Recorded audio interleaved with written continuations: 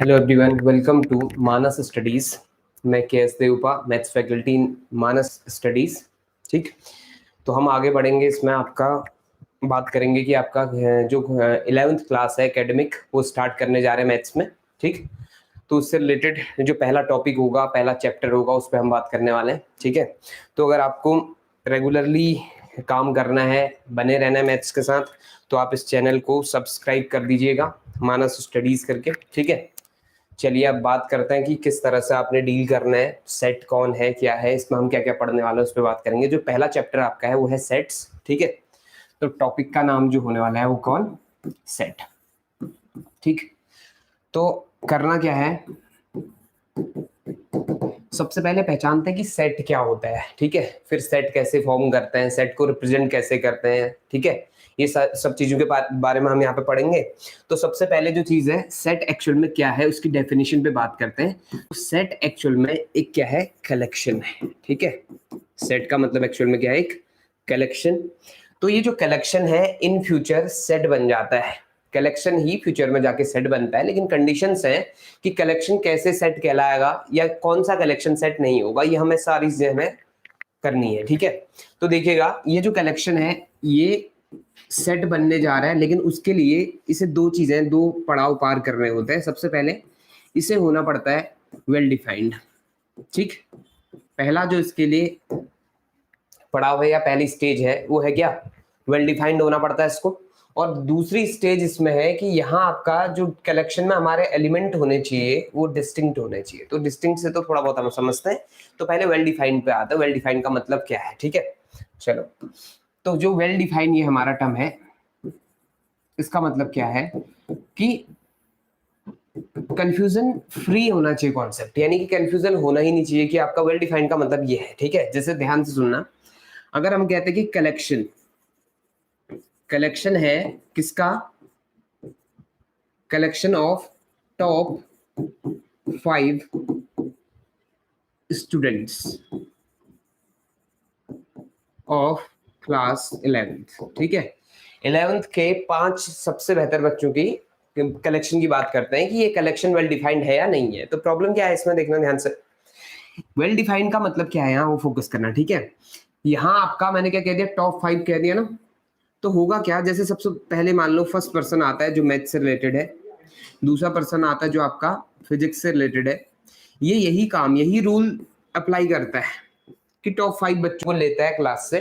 ठीक है, तो होता क्या है, जैसे मान लो कोई फिजिक्स या कोई मैथ से रिलेटेड व्यक्ति है, तो वो क्या करेगा कि मैथ से रिलेटेड बच्चों को ही उठाएगा, यानी जो बच्चे मैथ्स में अच्छे, मैथ्स वालों के लिए, फिजिक्स में जो अच्छे हैं फिजिक्स में। ठीक है, तो ऐसे क्या किए, जब 5 बच्चे जो हैं उठाए गए क्लास से, तो ये 5 बच्चे और इन 5 बच्चों में हमने देखा कि वेरिएशंस हैं, यानी यहाँ कुछ और हैं बच्चे, यहाँ कुछ और है। हो सकता है 2-4 बच्चे सेम हो, और ऐसा बहुत रेयर होगा कि सारे बच्चे सेम हो जाए। ठीक है, किसी और, यानी कि जो सीधा सीधा मतलब ये है कि एक ऐसा कॉन्सेप्ट जो आपका पर्सन टू पर्सन वेरी ना करे, उसे हम कहते हैं वेल डिफाइंड। समझ आ रहा है?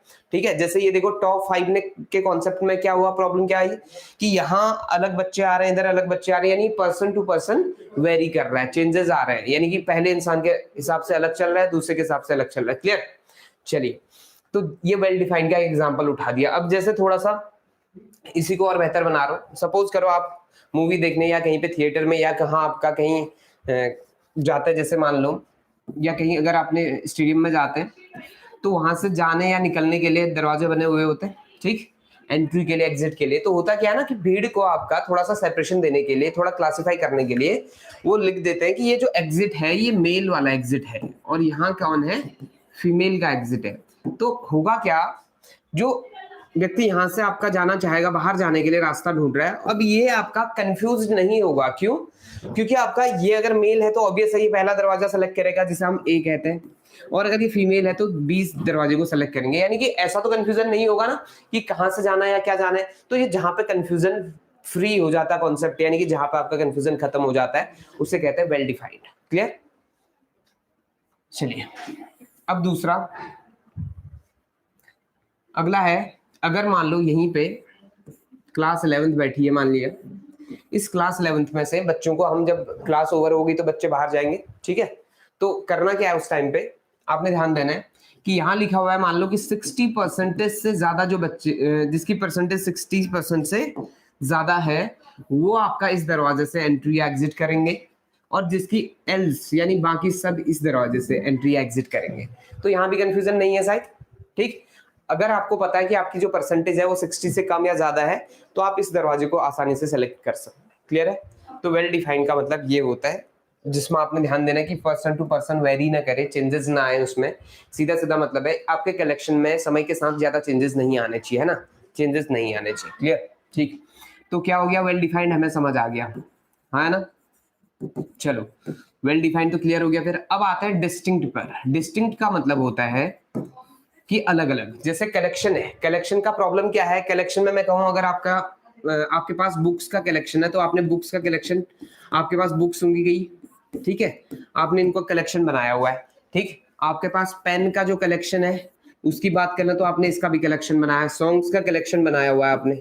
ठीक, ऐसे ही आपके पास कई सारे कलेक्शन है। ठीक है, मान लो आपके पास गाड़ियों का शौक है और जो टू व्हीलर की बात कर लें तो जो टू व्हीलर होंगे उनका आपने कलेक्शन बनाया मान लो, फोर व्हीलर का कलेक्शन बनाया हुआ है मान लो, ठीक है, एंड सो ऑन।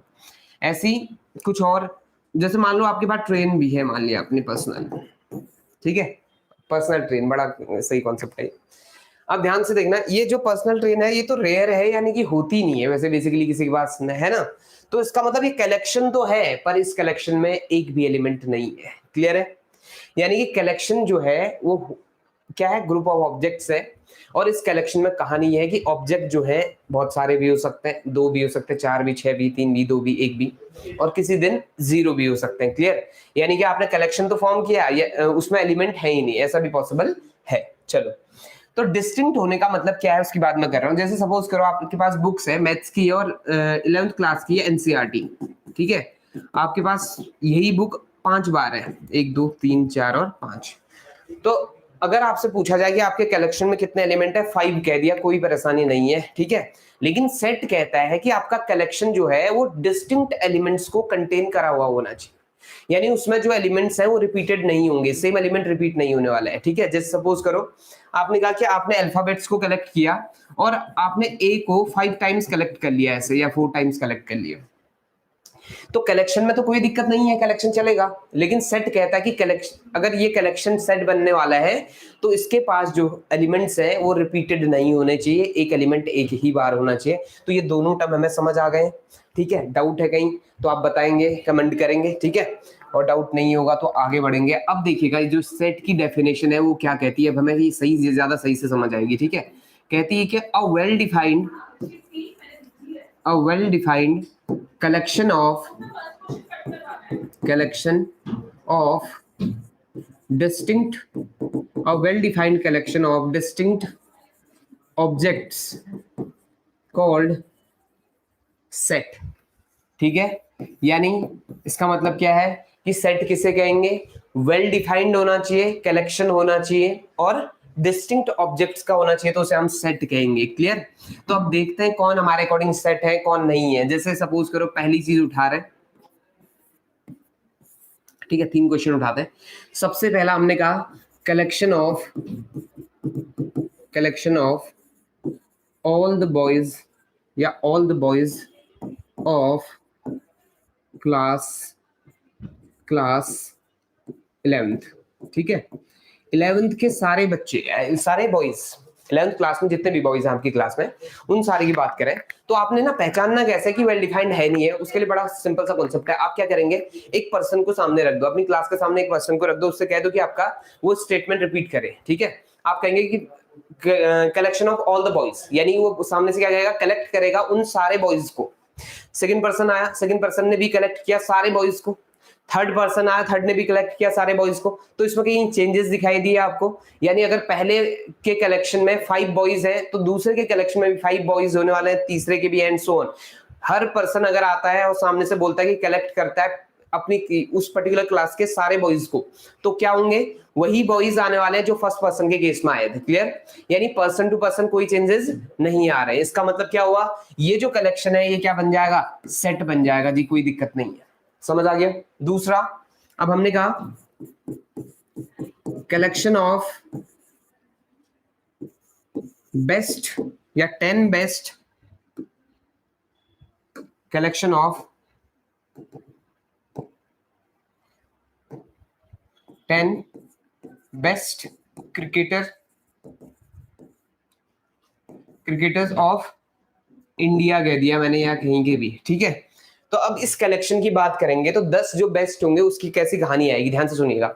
इसमें होगा क्या, सबसे पहला मान लो पहला पर्सन आपने फिर क्या करना है कि सारे क्रिकेटर बैठाने, समझ लो कि आपका स्टेडियम में कहीं पर्टिकुलर जगह पे क्रिकेटर सारे कलेक्ट हुए हैं, ठीक है, इंडिया के सारे क्रिकेटर वहां पे। आपने एक पर्सन को सामने रखना है और उससे कहना है कि 10 बेस्ट क्रिकेटर्स को सामने बुलाया और कलेक्ट कर ले। तो आप क्या करेंगे, सबसे पहले कलेक्ट कर लिया, 10 क्रिकेटर्स कलेक्ट कर लिए पहले पर्सन ने, कोई दिक्कत नहीं। अब आपने क्या करना है, उन क्रिकेटर्स को वापस भेज के दूसरा पर्सन सामने रखना है, फिर क्रिकेटर्स वापस कलेक्ट करने एंड सो ऑन। आप जैसे जैसे आप देखते जाएंगे तो हर बार क्या होगा ना, इंसान का पर्सन टू पर्सन इसमें बेस्ट की डेफिनेशन बदलती जाएगी।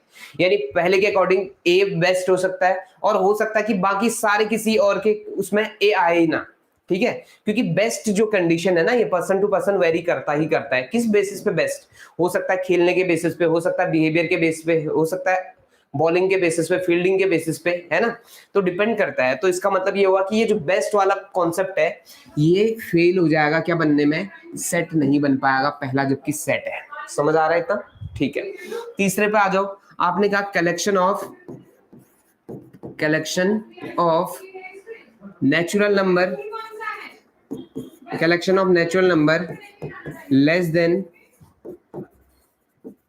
10, collection of natural number less than 10। फिर से वही करो, अगर आपको पता है नेचुरल नंबर के बारे में थोड़ा बहुत भी आइडिया है तो आपको समझ आ जाएगा, और नहीं पता है मैं बताने वाला हूं नंबर सिस्टम क्या है, उसके बाद मैं बात करूंगा। लेकिन नंबर लेस देन 10 और नेचुरल होने का मतलब ये होता है, देखो 1 2 3 4 5 6 7 8 और 9। अब इसमें ना कोई कंफ्यूजन होगा ही नहीं, कोई भी आएगा आपका, अगर आप कहते हैं कि नेचुरल नंबर लेस देन 10 कौन कौन है, तो वो इंसान यही ला के देगा, ठीक है, कुछ और हो ही नहीं सकते। तो इसका मतलब ये हुआ कि ये जो चीज है, ये स्टेटमेंट जो है, ये कलेक्शन जो है, ये वेल डिफाइंड है और इसमें हर एक एलिमेंट डिफरेंट है या नहीं है, आप देख पा रहे हैं। इसका मतलब क्या हुआ कि ये चीज क्या है, सेट फॉर्म करती है। क्लियर, तो सेट हमें समझ आ गया है। तो सेट किसे कहते हैं, a well defined collection of distinct objects called set. चलिए, सेट तो हमें समझ आ गया। अब क्या करना है कि सेट को रिप्रेजेंट कैसे करते हैं, तो सेट को आप दिखाएंगे कैपिटल लेटर से, ठीक है, कैपिटल लेटर का यूज करेंगे किसको दिखाने के लिए, सेट को दिखाने के लिए। जैसे सपोज करो कैपिटल ए से दिखाएंगे, कैपिटल बी से दिखाएंगे, कैपिटल सी से दिखा दो आप, आपका जो मन कर रहा है उसमें कैपिटल लेना है, लेकिन याद रखना है, ठीक है, आप किसी से भी डिनोट कर सकते हैं किसी पर्टिकुलर सेट को, ठीक। दूसरी कहानी, जो सेट के अंदर एलिमेंट्स भी तो होंगे, सेट के अंदर जो एलिमेंट्स होते हैं उनको बेसिकली अगर वो नोन है तो अच्छी बात है। जैसे अभी मैंने कहा कि आपका natural number less than 10 known है, 1 2 3 4 5 6 7 8 9, ठीक है। लेकिन अगर अननोन हो किसी दिन, हमने कुछ भी नाम देना उन्हें, तो आप क्या देंगे उस टाइम पे, आप स्मॉल लेटर का यूज करेंगे, ठीक है। क्लियर है, तो कैपिटल लेटर्स किसके लिए यूज करा जाता है, सेट के लिए, और स्मॉल लेटर किसके लिए यूज कर रहे हैं, एलिमेंट के लिए। डन, यहां तक समझ आ गया होगा मेरे ख्याल से, ठीक है। तो सेट किसे कहते हैं समझ आ गया, सेट क्या है दिखेगा, वेल डिफाइंड कलेक्शन है डिस्टिंक्ट ऑब्जेक्ट्स का। तो आपको दोनों चीजें समझ आ गई, वेल डिफाइंड भी समझ आ गया और डिस्टिंक्ट भी समझ आ गया, ठीक है। अब हम जानते हैं कि आपका जो रियल नंबर है, रियल नंबर फैमिली के बारे में पढ़ते हैं पूरा का, उसमें आपका सेट कौन है कौन नहीं है उसकी भी बात करते हैं थोड़ा सा, ठीक है। क्योंकि अब ये जो चीज है ना, जहां आप पढ़ने वाले हैं 11th की मैथ्स जो है वो थोड़ी सी अलग हो जाती है, यानी कि 11th और 12th जो है कनेक्टेड रहता है, ठीक है। तो ध्यान से पढ़ना है कि आपका कोई भी टॉपिक पे अगर कहीं परेशानी होती तो आप पूछ सकते हैं दोबारा से, ठीक। चलिए देखते हैं आगे, तो क्या होने वाला है मैं बताने वाला हूं आपको। रियल नंबर जो है इसकी ब्रांच की बात में, यानी कि इसकी पूरी फैमिली ट्री पे बात करते हैं कि एक्चुअल में है क्या ये, है ना। रियल नंबर को ना, रियल नंबर एक्चुअल में एक सेट है। रियल नंबर में हमने सुना होगा कि every number which we know is an real number, है ना। अभी तक के हिसाब से जब हम कोई भी नंबर एज्यूम कर पाते हैं तो वो आपका एक्चुअल में रियल नंबर है। √2 √3 √5 √7 1/10,000 या कुछ समथिंग, कुछ भी जो आपके मन करे वो सब रियल नंबर में है। तो यानी कि रियल नंबर वेल डिफाइंड है, यानी हम कह सकते हैं कि रियल नंबर क्या है, सेट है जो हर एक नंबर को कंटेन करता है, जहां तक हम अभी जानते हैं। कुछ समय बाद आप पढ़ोगे कॉम्प्लेक्स नंबर जो इससे भी बड़ा सेट फॉर्म करता है, तो उसकी बात अलग होगी, लेकिन अभी के लिए आप जानते हैं कि रियल नंबर सबसे बड़ा सेट होगा, ठीक है। नंबर सिस्टम के बेसिस पे देखें तो रियल नंबर सेट है एक, और उसमें हर एक नंबर आता है। क्लियर, चलिए अब बात करते हैं रियल नंबर के दो हिस्से कर सकते हैं, ठीक। तो एक का नाम है रैशनल नंबर और एक है इर्रेशनल नंबर। इन चीजों के बारे में आप पढ़ चुके होंगे पहले भी, कोई इसमें परेशानी नहीं होने वाली, ठीक है। तो रियल नंबर, एक्चुअल में रियल नंबर तो पूरा सेट हो गया, उसके दो हिस्से होते हैं, ठीक है। उसमें पहला होगा रैशनल नंबर, दूसरा होगा इर्रेशनल नंबर, ठीक। तो इर्रेशनल नंबर की कहानी बड़ी खास है, ये यहाँ से आपका ना अपनी फैमिली को आगे नहीं बढ़ाता, यानी कि सन्यासी प्राणी है सीधा सा, ठीक है। ये सन्यास ले लेता है, इसके बाद इसके पास कुछ भी नहीं है, इसके बाद फैमिली है ही नहीं, समझ के चलेंगे। और यहाँ आएंगे रैशनल नंबर, इसको हमने फर्दर डिवाइड कर दिया, जिनको आप जानते हैं इसके आपका 3 हिस्से बना दिए गए जो वेल नोन है। इससे तो कई बना सकते हैं, लेकिन आपका जो वेल नोन हिस्से हैं उनकी बात कर रहे हैं। इसमें आपका आया इंटीजर, ठीक है, इंटीजर्स आए। इसके अंदर आए होल नंबर्स, जिनको आप बचपन से पढ़ते आ रहे हैं, ठीक। फिर आया आपका नेचुरल नंबर, ठीक। तो करना क्या है, ध्यान से देखिएगा। खास बात क्या है ना, ये जो 3 के 3 नंबर मैंने बोले, ये कंप्लीट नंबर होते हैं। अभी कंप्लीट नंबर क्या होते हैं मैं इस पे बात करूंगा तो सही, लेकिन तब तक आप सोच सकते हैं थोड़ा सा, है ना। कंप्लीट नंबर होते हैं, ठीक। और रैशनल नंबर और इरेशनल नंबर कौन है, क्या है, ये थोड़ा सा आपने सभी ने पढ़ा होगा। Numbers which can be written in the form of p upon q where q not equal to 0 and p and q both are integers called rational number. Then rational number का नेगेशन है irrational number, यानी जो rational नहीं है वो irrational है, जो irrational नहीं है वो रैशनल है। क्लियर है, समझ आ रहा है, प्योर नेगेशन है, कोई दिक्कत नहीं होने वाली इसमें, ठीक। तो लेकिन अब इसमें अगर मैं थोड़ा सा एक्सप्लेन करूं ना किसको, नेचुरल नंबर, रैशनल नंबर की बात करूं, तो ध्यान से देखिएगा। एक छोटा सा टर्म पढ़ते थे हम लोग बचपन में, डेसिमल एक्सपेंशन, ठीक है, 10th में पढ़ा होगा आपने ये सब। क्या है डेसिमल एक्सपेंशन? तो डेसिमल जो एक्सपेंशन हुआ करता था उसमें क्या होता है ना, 3 तरह का एक्सपेंशन देखा हमने। यानी सीधा सीधा मतलब ये है कि अगर आप किसी नंबर को डिवाइड करते हैं किसी अदर नंबर से, जैसे 15 को आपने डिवाइड कर दिया 4 से, आपका आंसर क्या क्या पॉसिबिलिटीज है उसकी बात है, ठीक है। 15 को डिवाइड कर रहा हूं किससे, 4 से, तो आपके पास कितनी बार जाता है, देखो 4 3 जा 12, बचा कितना 3, पॉइंट लगा आपका कितना आ गया 0, 4 7 जा 28, बचा कितना 2, पॉइंट की वजह से 0 और आप लगा सकते हैं 4 5 जा कितना 20, तो ये कंप्लीटली कट गया। तो ये जो आपका डेसिमल एक्सपेंशन आया इसे कहते हैं टर्मिनेटिंग डेसिमल एक्सपेंशन। तो पहला टाइप हमें क्या मिला, टर्मिनेटिंग मिला, टर्मिनेटिंग डेसिमल एक्सपेंशन, ठीक है। अब दूसरे टाइप में ना एक क्वेश्चन और उठाया हमने, एक क्वेश्चन और देखा, जैसे मान लो 3 से डिवाइड कर रहा है किसको 10, तो कितना आया हमारे पास 3 तो आया, 3 3 कितना हो गया 9, बचा कितना 1, पॉइंट लगा दिया ताकि 0 मिल जाए। फिर उसका 3 जा फिर से कितना आया 9, फिर आया 1 की वजह से पॉइंट की वजह से 0 आ गया है 3। ये देखेंगे आपकी ये आपका खत्म ही नहीं हो रहा है, चलते जा रहा है। तो इसको ना रिस्ट्रिक्ट करने के लिए एक सिंबल और बना दिया गया हमने, जिसको हम कहते हैं बार, यानी जो रिपीट कर रहा है उसके ऊपर पे आपने एक हल्का सा लाइन ड्रॉ कर देना है, जिसको हम बार पढ़ते हैं। यानी कि 3.3 बार का मायने है कि 3.3 जो है बार बार आता जाएगा पीछे। क्लियर? हाँ, ये इस बार का पहले बार से कोई मतलब नहीं है, ठीक है। बार बार का मतलब यहाँ पे है, उस बार से मतलब नहीं है, ठीक। ये लाइन को हम बार कहते हैं, जो ये लाइन ड्रॉ कर रहे हैं ना 3 के ऊपर पे, इसको हम बार बोलते हैं, ठीक। ठीक है, हिंदी वाला बार नहीं है, समझ आ गया होगा शायद। Very good. चलो अब थोड़ा सा और आगे बढ़ते हैं, देखते हैं कि क्या कहानी है। तो इस केस में ना ये जो डेसिमल एक्सपेंशन है ये इससे थोड़ा अलग है।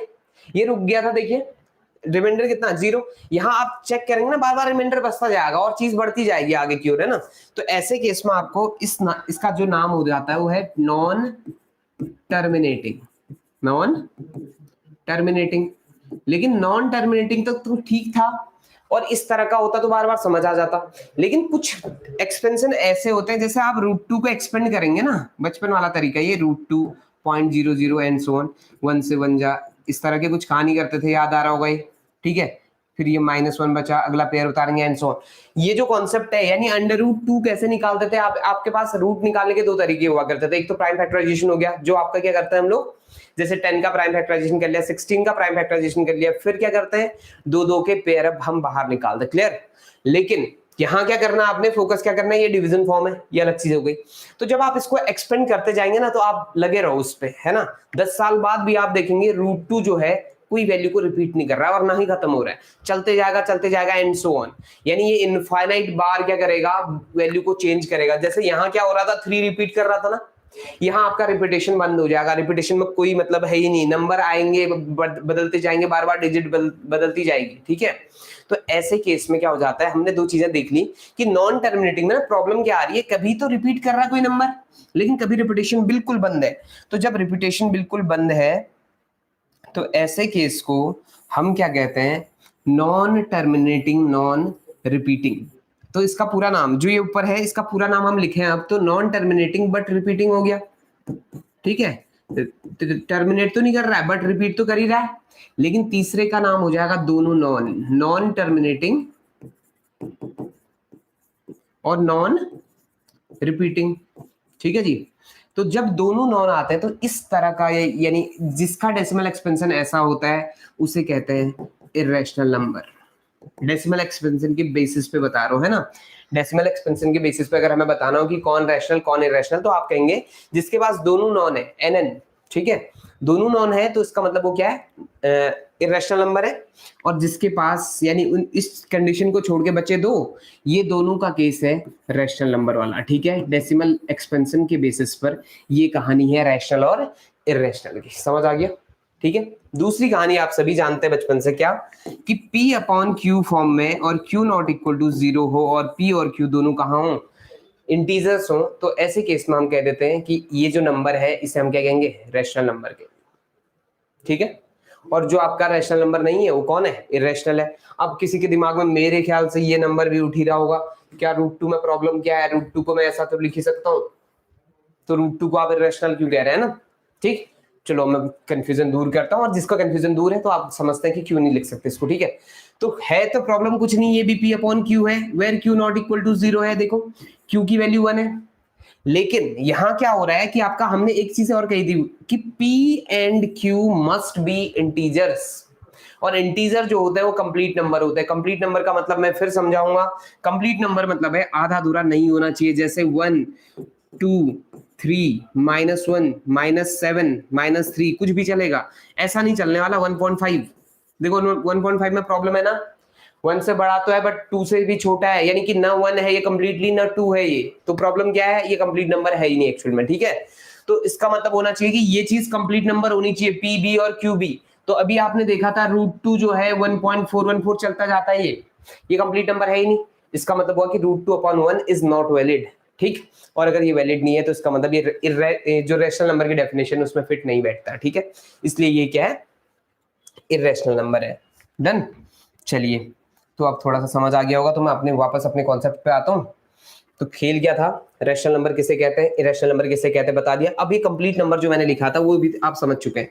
तो ये तीनों एक्चुअल में कंप्लीट नंबर होते हैं। आपका कभी आपने ऐसा नहीं सुना होगा 1.3 इज अ नेचुरल नंबर, सुना है तो आज से मत सुनना, है ना, ठीक है। अगर सुना है तो आज से कह देना कि 1.3 जो है क्या नहीं है, कंप्लीट नंबर नहीं है, इसलिए आपका नेचुरल नंबर नहीं हो सकता, ठीक। तो ये जो तीनों कैटेगरी है, इंटीजर, होल नंबर और नेचुरल नंबर, ये तीनों एक्चुअल में क्या है ना, ये तीन के तीन जो है कंप्लीट नंबर होने चाहिए, अदरवाइज आपका हम इनमें इनको किसी भी नंबर को इनमें नहीं रख सकते अगर वो कंप्लीट नहीं है तो, ठीक।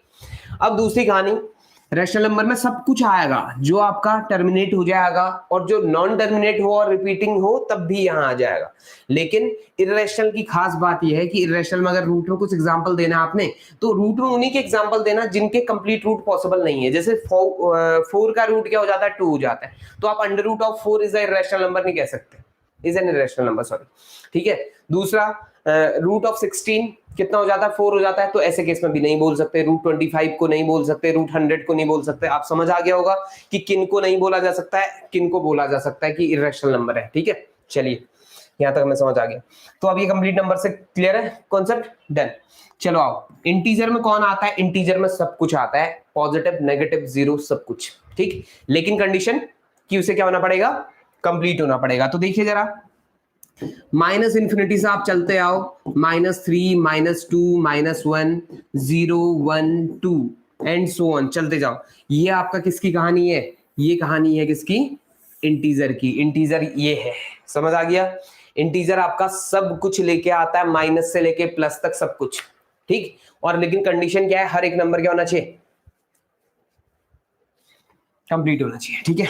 चलो होल नंबर पे आओ, होल नंबर एक्चुअल में क्या करता है, होल नंबर कहता है कि इंटीजर में जो नेगेटिव नंबर हटा है ना उनको हटा देता है। ये कहता है आप सीधे सीधे चलो, जीरो से आगे बढ़ो, 0 1 2 3 एंड सो ऑन। और नेचुरल नंबर और आसान काम करता है, नेचुरल नंबर कहता है 1 से चलेंगे हम लोग, है ना।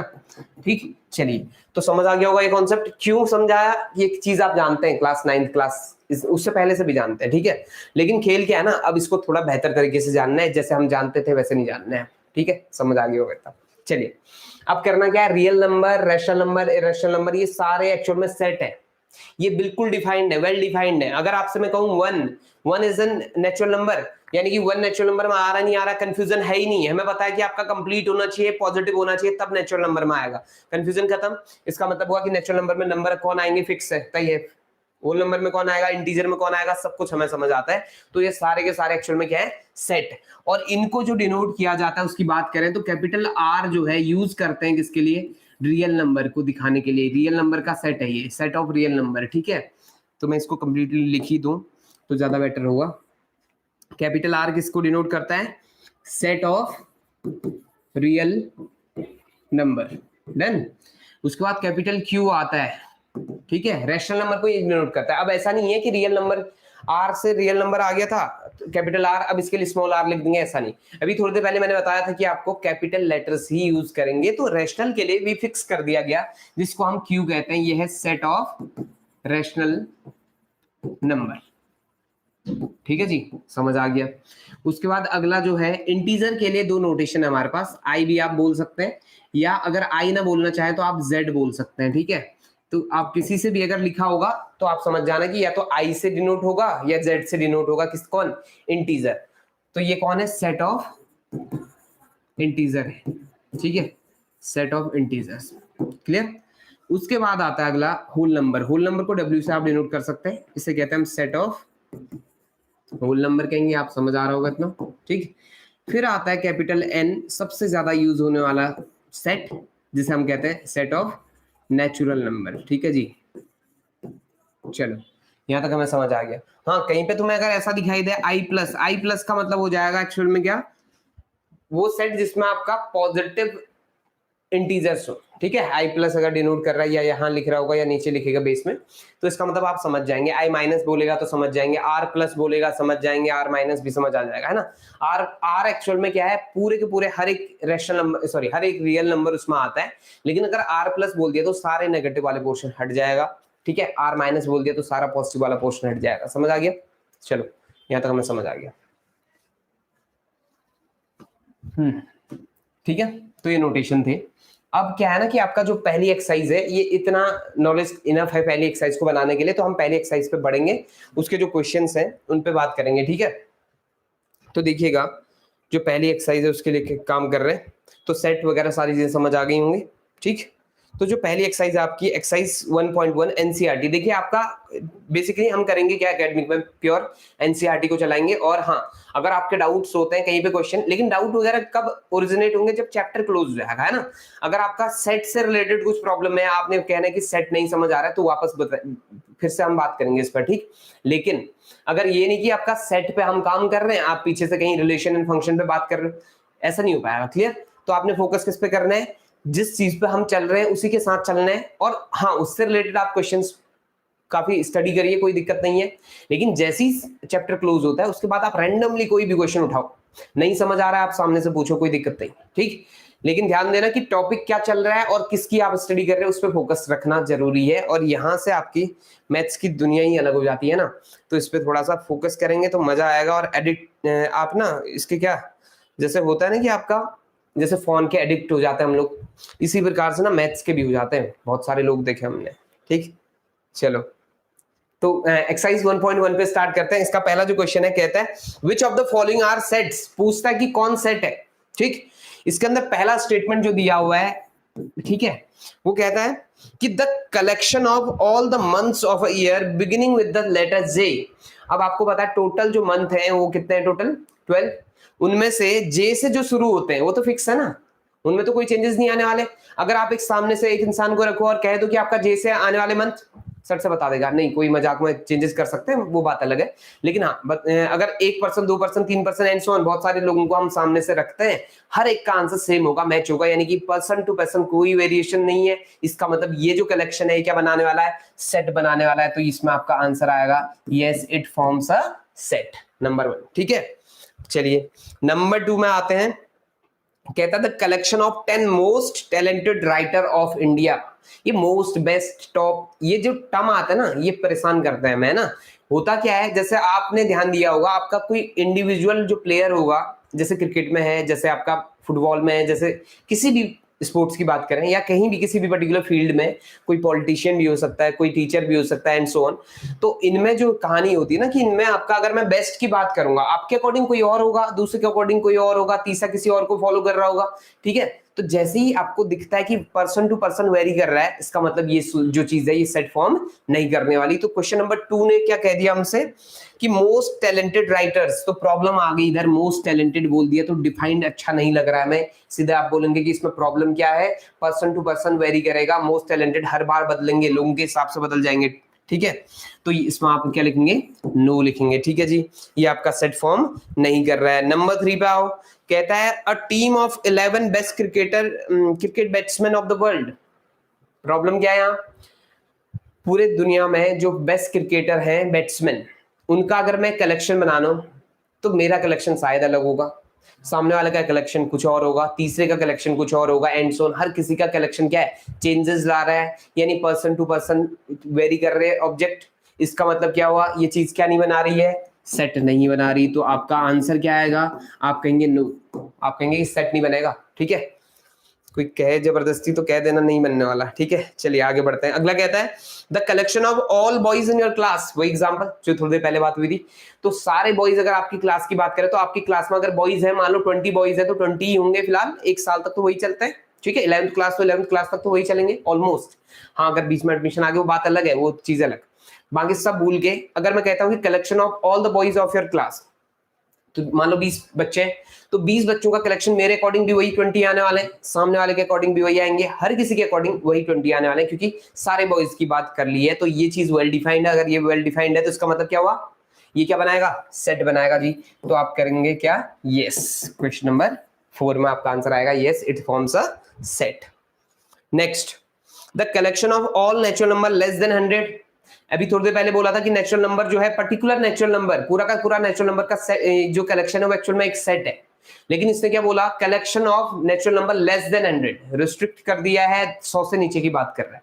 इसका मतलब क्या है, अगर मैं कहता हूं कि मेरे अकॉर्डिंग ये नंबर होंगे 1 2 3 4 5 up to and so on 99, सामने वाला भी वही कहने वाला है, तीसरा चौथा एंड सो ऑन, सब के सब बोलने वाले हैं 1 से लेकर 99, किसी में चेंजेस नहीं आए, कोई वेरी नहीं कर रहा। इसका मतलब क्या है, ये सेट फॉर्म कर रहा है। क्लियर, चलो वेरी गुड। तो पांचवा भी हमारा सेट फॉर्म करता है, तो यस में आपका आंसर आ जाएगा। डन, चलिए आगे बढ़ते हैं। अगला क्वेश्चन कहता है a collection of novels written by the writer Munshi Premchand. अब देखिए मुंशी जो प्रेमचंद जो है वो अब है नहीं इस दुनिया में, तो इसका मतलब हुआ कि वो क्या नहीं करेंगे, अब अपना कोई नया नोवेल तो लिखने वाले हैं नहीं। यानी उनने अगर 10 लिखे हुए हैं तो 10 फिक्स है, 12 लिखे तो 12 फिक्स है, 13 लिखे तो 13 फिक्स है, 100 लिखे तो 100 फिक्स है। क्लियर, अब उनमें कोई चेंजेस आने वाला है। अगर मैं आके कहता हूँ कि उनका कलेक्ट करता हूँ उनके सारे नोवेल्स को, तो 100 होंगे तो 100 के 100 मेरे पास होंगे, दूसरे के पास भी होंगे, तीसरे के पास भी। तो ये कैसी चीज है, ये क्या फॉर्म करने वाला है, सेट फॉर्म करने वाला है। ठीक है, चलिए हमें समझ आ गया। अगले पे आ जाओ। तो अगला जो टर्म होगा 6, सॉरी, ये भी आप क्या लिखेंगे, यस लिख देंगे। ठीक है, नेक्स्ट कहता है the collection of all even integers. तो इंटीजर्स पकड़ो और सारे इवन पकड़ लो। तो सारे इवन जब इंटीजर पकड़ेंगे, चाहे मेरे अकॉर्डिंग, चाहे दूसरे के अकॉर्डिंग, तीसरे के अकॉर्डिंग, ये सब कुछ सेम आने वाला है, कोई चेंजेस नहीं होने वाले। इसका मतलब ये भी क्या फॉर्म करेगा, सेट फॉर्म करेगा जी। ठीक है, चलिए आगे बढ़ना। अब आते हैं सीधे क्वेश्चन नंबर 2 में। एक दो क्वेश्चन अगर आपके बचे होंगे फर्स्ट के पार्ट में तो आप डिसाइड करेंगे, और अगर नहीं कर पा रहे तो आप पूछेंगे। ठीक है, आपके लिए कुछ तो बचाना पड़ेगा, है कि नहीं। चलो सब मैं कर दूंगा, कैसे चलेगा। क्वेश्चन नंबर 2 पे आते हैं। ठीक है, अब मैं ना एक सिंबल आपको बताने वाला हूं। अब यहां से ना सिंबल सीखेंगे हम कि आपको किसको क्या कहते हैं, किसको कैसे डील करते हैं और किसका यूज कहाँ है। ठीक, तो जो आपका पहला सिंबल आने वाला है, मैथ्स के लिए बात कर रहा हूं, तो ये कुछ इस तरह का है। इसका मतलब होता है बिलोंग्स टू।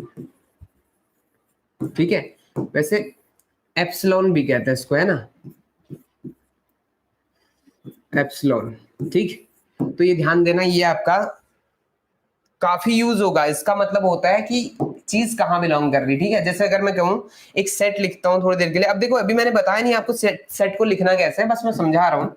कैपिटल ए में मान लो 1 2 3 4 एलिमेंट्स है। अब इसका यूज कैसे करना है वो देखो। आप कहेंगे 1 बिलोंग्स टू ए, ठीक है, पढ़ते क्या है इसको, बिलोंग्स टू।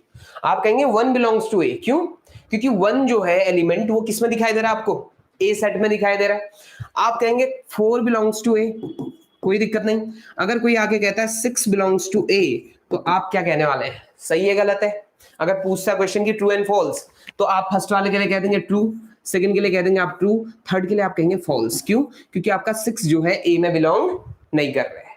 अगर आपको सपोज करो कि आपको लिखना हो, कोई कहे कि आपका 6 और ए के बीच में साइन ऐसा बनाओ कि जिससे लगे कि 6 जो है ए में नहीं आ सकता, तो आपने इसी का जस्ट, जैसे ये देखो इक्वल टू को कट करते तो नॉट इक्वल टू आ जाता है, तो ऐसे यहां पर भी 6 डज नॉट बिलोंग्स टू कहां, ए। समझ गए? अगर आपने इसका यूज करना है तो ये आपका कौन हो गया, बिलोंग्स टू, और ये आपका किसके लिए यूज होता है, नॉट बिलोंग्स टू के लिए, ठीक है, नॉट बिलोंग्स टू। डन। चलिए, तो 2 सिंबल हम सीख चुके, इसका यूज हम करने वाले हैं अगले में, ठीक है। बिलोंग्स टू का मतलब क्या है, समझ आया? बिलोंग्स टू का मतलब है कि वो एलिमेंट उस सेट में होना चाहिए। दूसरा, अगर कोई एलिमेंट सेट में नहीं है तो आप डज नॉट बिलोंग्स टू यानी कि नॉट बिलोंग्स टू का साइन लगाएंगे, और कैसे लगाना है, सेम साइन बनाना है और उसे बीच से कट कर देना है। क्लियर? चलो अब आगे बढ़ते हैं, इसमें क्वेश्चन करते हैं। एक क्वेश्चन में आपको समझाता हूं। क्वेश्चन नंबर 2 क्या कहता है, देखिए, लेट कैपिटल ए एक सेट दिया हुआ है आपको, आपको रिप्रेजेंटेशन नहीं बताया अभी, याद रखना, रिप्रेजेंटेशन नहीं बताया, जो भी आपके सामने लिखा हुआ है आप मान के चलो वो सेट है। तो कैपिटल ए जो है वो दिया हुआ है 1 2 3 4 5 6, ठीक है। अब आपने करना क्या है, इंसर्ट द एप्रोप्रिएट सिंबल। तो आपको 2 चीजें दी हैं, ये भी दिया हुआ है और ये भी दिया हुआ है, आपको अपने हिसाब से इंसर्ट करना है, यानी आपने अपने हिसाब से वहां पे लगाना है वो सिंबल।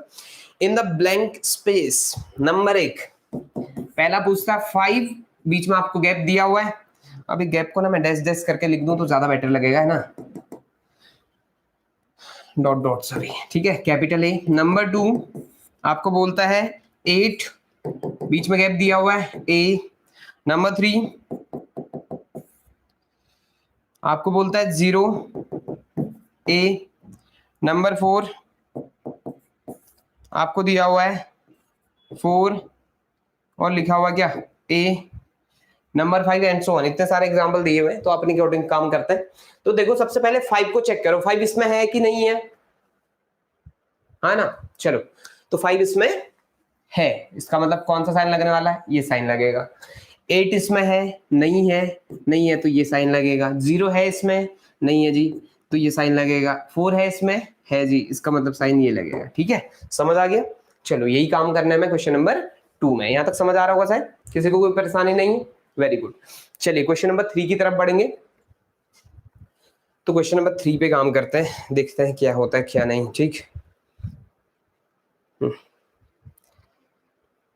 तो क्वेश्चन नंबर 3, क्वेश्चन नंबर 3 कहता है राइट द फॉलोइंग सेट इन। अब चलो, अब हम बात करते हैं कि रिप्रेजेंटेशन कैसा है, सेट को हम लिखते कैसे हैं और कैसे डील करते हैं सेट के साथ, ठीक है। चलो अब ध्यान से सुनना, एक चीज और बता रहा हूं मैं आपको।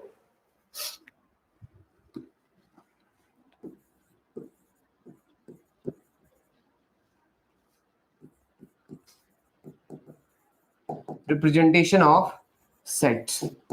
तो सेट्स को हम लिखते कैसे हैं, सबसे पहला तरीका है हमारे पास रोस्टर फॉर्म, इसको कहते हैं रोस्टर फॉर्म, और इसको लिस्टिंग फॉर्म भी कह सकते हैं आप, इसमें लिस्टेड रहते हैं एलिमेंट्स, है ना। दूसरा आता है सेट बिल्डर फॉर्म, और ये बड़ी पॉपुलर फॉर्म है, और ये फॉर्म तब तक रहेगी जब तक आप मैथ्स के साथ रहेंगे या मैथ्स आपके साथ रहेगी, ठीक है। समझ आ गया?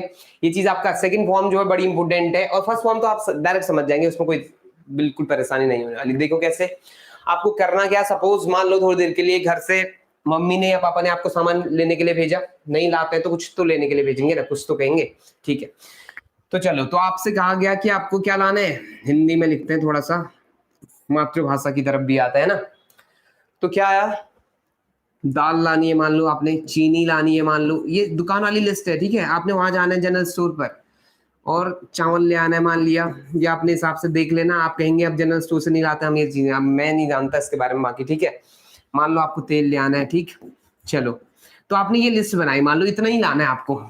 तो होता क्या है, रोस्टर फॉर्म कहती कि आप क्या करो, एलिमेंट्स को उठाओ और कॉमा लगा दो बीच में और उसको बंद कर दो और स्टार्ट कर दो ब्रैकेट को, कौन सा वाला, कर्ली ब्रैकेट, ठीक है। इसको हम या तो क्या कहते हैं, ये जो ब्रैकेट दिख रहा है ना आपको, ये जो चीज है ये एक्चुअल में क्या कहलाती है, या तो इसको हम कहते हैं कर्ली ब्रैकेट, ठीक है जी, या इसको कहते हैं ब्रेसेस, ठीक। आपका जो मन करे आप वो बोल देना, कोई परेशानी नहीं होने वाली, ठीक है। और हिंदी में कहूं तो इसका नाम है मजला ब्रैकेट, ठीक है, बड़ा इंपॉर्टेंट नाम है इसका। चलो अब ध्यान से सुनना, मैं इसको फोकस करना, दाल, चीनी, चावल और तेल। दाल चीनी नहीं, दाल अलग है, चीनी अलग है, ठीक है। 4 आइटम आपको लाने। इन 4 आइटम को लिखने का मकसद क्या है मेरा, ध्यान से सुनना, रोस्टर फॉर्म है, ठीक है। आप दुकान में जाते हैं, आपने सामान बोला या लिस्ट दे दी, तरीका आपका है, ठीक। अगर आप सपोज करो दाल की जगह सबसे पहले चीनी बोल देते, कोई परेशानी होने वाली है। अब मान लो दूसरे नंबर पे आप तेल बोल देते, तीसरे नंबर पे आप चावल बोल देते वापस से, ठीक है, और चौथे नंबर पे आप बोल देते, ये समझ आ गया होगा ना ब्रेसेस किसे कह रहा हम, ठीक है। चलो, और अगले नंबर पे आप बोल देते चावल के बाद क्या क्या बचा, क्या, दाल, ठीक है, ऐसा बोल देते, ठीक। तो जब आप रियलाइज करते, घर आते, सामान वही चीज आई होती है, आपको कोई डांटता भी नहीं कि आपका ये सामान छूट गया है, ठीक। हाँ, लिस्ट लेने का ये फायदा है, ठीक है। तो हो क्या रहा है, मैं यहाँ क्या समझाना चाह रहा हूँ आपको, इससे मतलब नहीं है कि एग्जाम्पल क्या है, आपको जिससे समझ आता है वो एग्जाम्पल आप उठा सकते हैं, उससे परेशानी नहीं है। लेकिन यहाँ देखो 4 एलिमेंट उठाए थे, इन 4 एलिमेंट्स का ऑर्डर बदल दिया गया है। देखिए सबसे पहले चीनी लिख दी गई है, तेल, चावल, दाल एंड सो।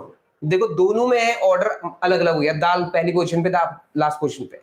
इसका मतलब ये हुआ कि ये दोनों सेट ना आइडेंटिकल है, सेम है। इसका मतलब ये हुआ कि सीधा सीधा सेट के केस में ऑर्डर मायने नहीं रखता, आपका ऑर्डर क्या है। अगर आपके पास एलिमेंट्स 4 है, ए बी सी डी, आप जैसा मन करे वैसा लिख सकते हैं। आप लिख सकते हैं डी सी ए बी, आपका मन कर रहा है, ठीक है। यानी कि हर एक जो सेट है वो क्या है, उसकी फॉर्मेशन एक जैसी होने वाली, उसमें कोई परेशानी नहीं होने वाली। क्लियर, समझ आ गया। यानी कि आप रीअरेंज कर दो एलिमेंट्स को, कोई दिक्कत नहीं होने वाली। इसे हम कह रहे हैं कि रोस्टर फॉर्म जो है, रोस्टर फॉर्म एलिमेंट्स को लिस्ट करने का एक तरीका है, जिसमें क्या करना होता है, एलिमेंट लिखना होता है, कॉमा लगाओ, एलिमेंट लिखो, कॉमा लगाओ, एंड सो ऑन, और ब्रैकेट को आप क्लोज कर देंगे, यानी ब्रेसेस के अंदर रख देंगे उस चीज को।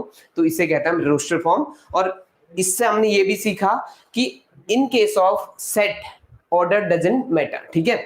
यानी कि सेट के केस में हमें आपका ऑर्डर कुछ भी हो सकता है, आपकी मर्जी है, जैसे आपने लिखना चाहे। तो एग्जांपल था मेरा ये, ठीक। तो समझ आ गया इतना। ये आपका सेट बिल्ड कौन थी, रोस्टर फॉर्म। तो रोस्टर फॉर्म में आपने क्या करना होता है, कॉमा से प्लेस करने होते हैं किसको, एलिमेंट्स को, और उनको ब्रेसेस के अंदर रख देना होता है, उसी को हम रोस्टर फॉर्म कहते हैं। अगर मैं इसको अपना एक एग्जांपल लूं तो इसको हम इस तरह से भी कह सकते हैं। देखो 1 2 3 4 5 है, आपने ऐसे लिखा है या 5 4 3 2 1 कैसे भी लिखा है, आपका अपना चॉइस है। लेकिन हम कोशिश करते हैं असेंडिंग ऑर्डर हो या कोई पर्टिकुलर पैटर्न हो जिसमें अच्छा लगे, ठीक है। अब देखना ये जो फॉर्म है ये एक्चुअल में कौन सी फॉर्म है, रोस्टर फॉर्म है, ठीक। तो रोस्टर फॉर्म इतना ही कहता है, एलिमेंट्स को उठाओ, पकड़ो और आपका कॉमा करके रख दो, बीच में प्लेस कर दो, इससे ज्यादा उसका कोई मतलब नहीं है। जैसे ये 1 square, 2 square, 3 square and so on 100 square, इस तरह के एलिमेंट आपके पास है। तो आपने एलिमेंट्स को फिर से वही तो किया है, देखो एलिमेंट रखा है, कॉमा कर दिया एंड सो ऑन। इससे आपके पास ना एक पर्टिकुलर पैटर्न भी है। तो आप 3 के बाद क्या आएगा बता सकते हैं, देखो 4 स्क्वायर आएगा, 5 स्क्वायर आएगा एंड सो ऑन। 100 स्क्वायर से जस्ट पहले क्या आने वाला है, 99 स्क्वायर आने वाला है ना। तो ये फॉर्म कहलाती क्या, रोस्टर फॉर्म। देन कोई डाउट है इसमें, नहीं है शायद, है ना। होगा तो आप तुरंत बताएंगे, और नहीं बता पाएंगे तो कोई दिक्कत नहीं, नेक्स्ट क्लास पे बताएंगे, ठीक है। और आते ही बता देना है कि यार ये चीज आपका समझ नहीं आई, या इसमें ये कैसे डील करने हैं, पूछेंगे तभी मजा आएगा, है ना। चीजें दो तरफा होनी चाहिए, क्लियर। चलिए सेट बिल्डर फॉर्म पे आता है। सेट बिल्डर फॉर्म हमसे क्या कहता है, सेट बिल्डर फॉर्म कहता है कि आप नॉर्मली ऐसे एलिमेंट्स को नहीं लिखेंगे, आप क्या करेंगे ना, ये रिड्यूस कर देता है। देखो आपका क्या होता है ना, मैक्सिमम केस ये होता है कि जो लोग थोड़ा सा क्या करते हैं, काम चोरी करते हैं ना, वो नए तरीके ढूंढ लेते हैं चीजों को लिखने के या चीजों को प्रेजेंट करने के नए तरीके, ठीक है। जैसे आपने देखा होगा कि जैसे कोई भी चीज बन रही है तो कहीं ना कहीं वो ना हमारे काम को आसान करने के लिए बनी, यानी इसका मतलब किसी आलसी ने सोचा हुआ उसके बारे में, ठीक है। आलसी लोग ही सोच सकते हैं कि नई चीज कैसे बनाई जाए जिससे काम थोड़ा सा आसान हो जाए, तो उसकी बात कर रहा हूँ। सेट बिल्डर फॉर्म हमसे क्या कहता है, सेट बिल्डर फॉर्म कहता है आप दो चीजें डिफाइन कर दो बस, एक तो टाइप और एक रूल। एक क्या कर दो, टाइप, और एक क्या करो, रूल। टाइप का मतलब है कि कौन होना चाहिए, और रूल मतलब रिस्ट्रिक्शन है कि क्या हो सकता है, कहां तक हो सकता है, बस, ठीक है। जैसे सपोज करो मैंने कहा कि टाइप का मतलब क्या है, ध्यान से देखिएगा। टाइप एक्चुअल में टाइप जो है ना हमेशा आपको बताएगा कि ये चीजें हैं कहां से, ठीक है। जैसे मान लो मैंने कहा कि x बिलोंग्स टू n, बोल दिया, अब सच दैट का साइन लगा दिया, देखो ये है टाइप। रूल क्या है, रूल है कि x must be less than equal to 5, x must be less than equal to क्या, 5। अब ध्यान से देखो क्या हो रहा है, ये है टाइप, टाइप ने क्या कहा हमसे बताओ, वो जो चीज है वो नंबर जो है वो कहां का होना चाहिए, n का, x बिलोंग्स टू n मतलब है n, x जो है वो कहां से होना चाहिए, नेचुरल नंबर से होना चाहिए। यानी कि इसका मतलब हुआ कि नेचुरल नंबर का एक एलिमेंट होना चाहिए। अगर ये नेचुरल नंबर का एक एलिमेंट है तो उसका मतलब नेचुरल नंबर में तो इनफाइनाइट नंबर्स है। सारे खुश हो गए कि हम आएंगे उस सेट में, सभी तैयार हो रहे, रेडी हो रहे, सबने बना लिया माहौल है ना आने का। लेकिन क्या हुआ कि रेस्ट्रिक्शन आ गई बाद में, रूल आ गया नया। रूल कहता है कि आपका वही नंबर, वही नेचुरल नंबर इस सेट में रह पाएंगे जिनके वैल्यू जो है हाईएस्ट वैल्यू 5 है या 5 से छोटी है, बस। बाकी सब धराशायी हो गए, 6 से ऊपर सारे रोने लगे। तो कौन आएगा बस सेट में, x वो नंबर आएगा जो 5 या 5 से छोटा है। यानी कि एक्चुअल में ये है कौन, कौन सी फॉर्म है बताओ, ये है सेट बिल्डर फॉर्म, और ये था इसका टाइप, ये था इसका रूल। समझ आ गया। तो सेट बिल्डर फॉर्म ये कहता है, सेट बिल्डर फॉर्म कहता है कि पहले डिसाइड करो कि x बिलोंग्स टू कहां, या x such that x belongs. तो आप इसी को ना ऐसे भी लिख सकते हो, देखो कभी कभी आपका इसी को ऐसे भी लिखा जा सकता है, x सच दैट, यानी वहां x तरह के एलिमेंट आने वाले हैं, कोई भी हो सकता है ये x, उसमें आपका भी डिफाइन नहीं किया हुआ है। अब कहता है कि x बिलोंग्स टू कहां, n, और x less than equal to 5, ऐसे भी लिखेंगे तब भी कोई दिक्कत नहीं होती है, दोनों फॉर्म एक जैसी है। और कभी कभी तो इसको और बेहतर कर दिया गया आपका, अगर आपको लिखना नहीं आता आप कुछ मत करो, ब्रेसेस बनाओ, ब्रेसेस के अंदर लिख दो बिल्कुल इंग्लिश में कि क्या, x is a natural number less than 6 या लेस देन इक्वल टू 5। समझते हो इस चीज को, तो लेस देन 6 का मतलब है 6 से छोटा, लेकिन लेस देन इक्वल टू की बात करेंगे तो वो नंबर भी आएगा जिसका कंपैरिजन हम स्टार्ट कर रहे हैं। Clear, less than equal to 6 बोल दिया तो 6 तक आ जाएगा। डन। चलिए, तो यहां हुआ क्या, ये और ये जो सेट थे मैंने, ये सारे के सारे सेट आइडेंटिकल हैं, बस फर्क ये है कि ये रोस्टर फॉर्म का है, ये फर्क ये है कि ये सेट बिल्डर फॉर्म का है। तो सेट बिल्डर फॉर्म में हमने ऐसे लिखना होता है, लैंग्वेज में कह सकते हैं इसको, और रोस्टर फॉर्म में आपका एलिमेंट्स को लिस्ट करना होता है, और ज्यादा डिफरेंस है नहीं। दोनों के केस में ब्रेसेस के अंदर रखने होते चीजों को, बस वहां एलिमेंट्स को लिखते हैं, कॉमा प्लेस करते हैं, और यहाँ बस आपको एक एलिमेंट लिखना होता है जो आपको बताएगा कि मैं कैसा हूं और मुझे कहां से कहां तक होना है। क्लियर, समझ आ गया होगा मेरे ख्याल से। चलिए, यहां तक समझ आता है। चलो थोड़ा सा मैं इसमें एक एग्जांपल आपको बताऊं, फिर उसके बाद देखते हैं क्या कर सकते हैं। ठीक है, जैसे मान लो a इक्वल टू दिया हुआ है आपको 1 4 9 16 25, ठीक है, और कहता है कि आपका ये जो फॉर्म है ये कौन सी है, तो ये तो शायद आप पहचान लेंगे, बताइए कौन सी फॉर्म है। ये फॉर्म है रोस्टर फॉर्म। ठीक है, चलो बहुत अच्छे, रोस्टर फॉर्म है। अगर ये रोस्टर फॉर्म है तो इसको कन्वर्ट करोगे किसमें, सेट बिल्डर फॉर्म। तो सेट बिल्डर फॉर्म में हम कैसे डिसाइड करते हैं, हमने कहा ठीक है सेट बिल्डर फॉर्म में हम लिख रहे हैं इसको, तो कई तरीके हैं हम कैसे लिख सकते हैं, मैं आपको समझा रहा हूं। पहला मैं कहूंगा कि x equal to n square, देखो मैंने क्या लिख दिया, x equal to n square type के एलिमेंट आने वाले हैं, यानी ये जो x है वो कैसा होना है, एन स्क्वायर टाइप का होना है, और जो कि n क्या आएगा, कहां का एलिमेंट होगा, n का। लेकिन जैसे ही n belongs to capital N बोल दिया ना तो प्रॉब्लम हो गई, क्यों, कैपिटल N में तो इनफाइनाइट एलिमेंट्स हैं, जबकि यहाँ कितने एलिमेंट दिखाई दे रहे हैं, 5, गिन के 5 एलिमेंट्स दिखाई दे रहे हैं। तो रिस्ट्रिक्शन आएगी, आप कहेंगे n must be less than equal to क्या, 5। कैसे पहचाना, इसको मैंने देखा ऐसे, देखो 1 किसका स्क्वायर होता है, 1 का, 4 किसका स्क्वायर होता है, 2 का, 9 किसका, 3 का, 16 किसका, 4 का, और 25 किसका, 5 का। तो ये चीज एक्चुअल में ऐसी थी, तो हमने डिसाइड कर लिया ठीक है कोई दिक्कत नहीं, इसको आपने n पुट कर दिया एक को, और n को रिस्ट्रिक्ट कर दिया कहां से कहां तक, 1 से लेके 5 तक, या नेचुरल नंबर बोल दिया गया तो तय है कि 1 से स्टार्ट होगी चीज, अपर लिमिट को आप ले आओ नीचे, यानी कि 5 तक आपको रिस्ट्रिक्ट कर देंगे तो काम बन जाएगा। ठीक है, समझ आ पाया? तो रोस्टर फॉर्म को कैसे कन्वर्ट करना है किसमें, सेट बिल्डर फॉर्म में, और सेट बिल्डर फॉर्म को कैसे कन्वर्ट करना है किसमें, रोस्टर फॉर्म में, हमें ये समझ आ रहा है। ठीक है, यहाँ तक क्लियर है कहानी, क्लास समझ आई? ठीक है, तो अब अगर आपको थोड़ा बहुत भी आइडिया समझ आया, ये चीज सही लगी, तो आप डेली इस चीज को देखेंगे, और देखने के लिए आपको सब्सक्राइब करना होगा मानस स्टडीज। क्लियर? चलिए मिलते हैं आपसे ब्रेक के बाद नेक्स्ट क्लास में, और उससे आगे बढ़ाएंगे हम अगली क्लास में, और पुराने जो डाउट्स होंगे वो आप अगली क्लास में अपने क्लियर करेंगे। ठीक है, चलिए मिलते हैं, तब तक के लिए बाय बाय।